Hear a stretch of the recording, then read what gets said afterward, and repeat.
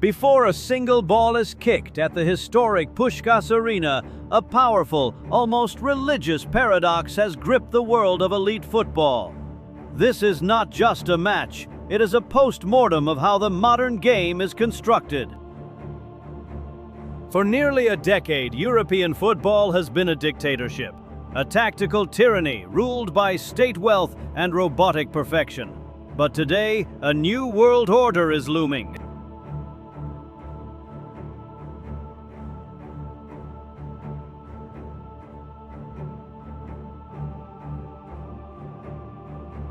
Welcome to the 90th Plus. Today we dissect the ultimate clash of civilizations, Mikel Arteta's programmable control versus Luis Enrique's programmable chaos. To understand Arsenal's journey to Budapest, you have to understand their specific, agonizing trauma. Years ago, they were the blueprint for organic growth and ultimate sacrifice. Building the Emirates Stadium wasn't just a construction project. It was a decades-long financial shackle.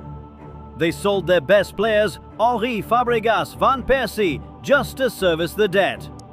They were mocked, labeled bottlers, fragile, a banter club. Europe's elite treated them like a training exercise. Even UEFA Champions League seemed to rattle the club to its core. But Mikel Arteta's appearance did not spark an immediate money-fueled revolution. It began with culture, discipline, non-negotiables. He ruthlessly cleansed the squad of superstar egos. He accepted painful failures in 2023 and 2024 to build a younger, meaner, more tactical unit. And now, the Premier League champions of 2026 are not just competitive, they are a financial juggernaut. Record revenues of nearly £200 million, the reward for domestic dominance, have unlocked the Kroenke checkbook. This isn't the club that Dordemtundom on the transfer market anymore. Europe should be terrified. Arsenal now possesses both a mature tactical identity and a war chest that competes with state-backed projects. Contrast this with Paris Saint-Germain. For a decade, they were a state-backed laboratory for superstar investment. Money was infinite. Competitive integrity was secondary. They grew spoiled by domestic dominance. But the narrative has shifted. This isn't the PSG of ego-driven galacticos like Messi and Neymar. They no longer dump money tons. Under Luis Enrique, they have adapted strategic collective investment. They are still rich, but now they are smart. They possess an experience factor as the reigning Champions League winners. Enrique's model is defined by explosive surgical unpredictability, while Arteta's Arsenal operates like a finely tuned programmable instrument. Enrique's PSG is unscripted chaos. If this final is a war of civilizations, it is fought on the microscopic level of positioning and commitment. PSG is designed to create confusion.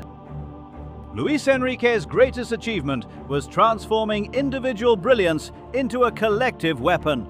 Look at Dembélé. He can be a central striker, then seconds later, an inverted winger.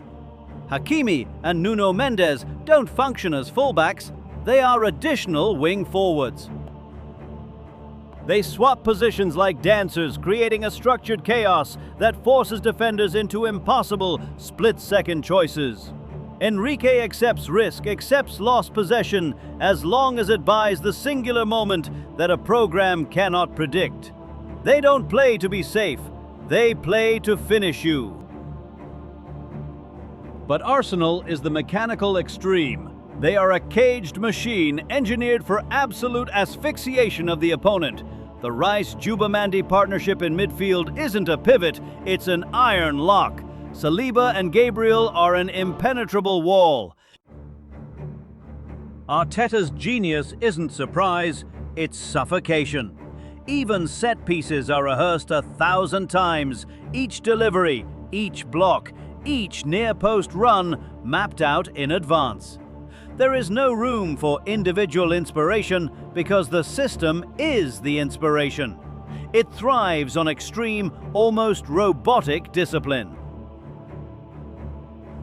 For the US audience, this final offers a terrifying paradox that challenges how we view sustainable sports success versus brute force investment. Both teams are Spanish-managed, both are influenced heavily by the dominant football of Pep Guardiola. Yet they are mirrors of a different reality. Both have shifted ownership philosophy. At Arsenal, the Cronkies, once criticized for financial coldness, finally stepped back, letting the sporting directors Edu Gaspar in London and Luis Campos in Paris build sustainable winning models.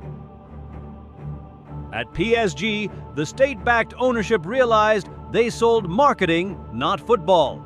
They shifted from superstar egos post-Messi, Neymar, Mbappe to a fierce, systemic collective.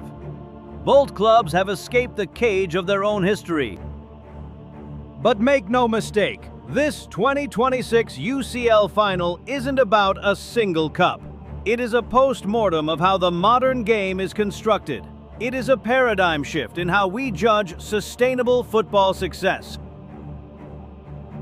This is a clash of identities, a battle that will determine the next decade of elite European football.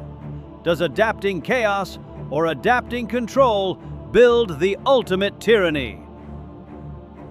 The dawn of 2027 begins at Puskás Aréna. Europe, you are not ready.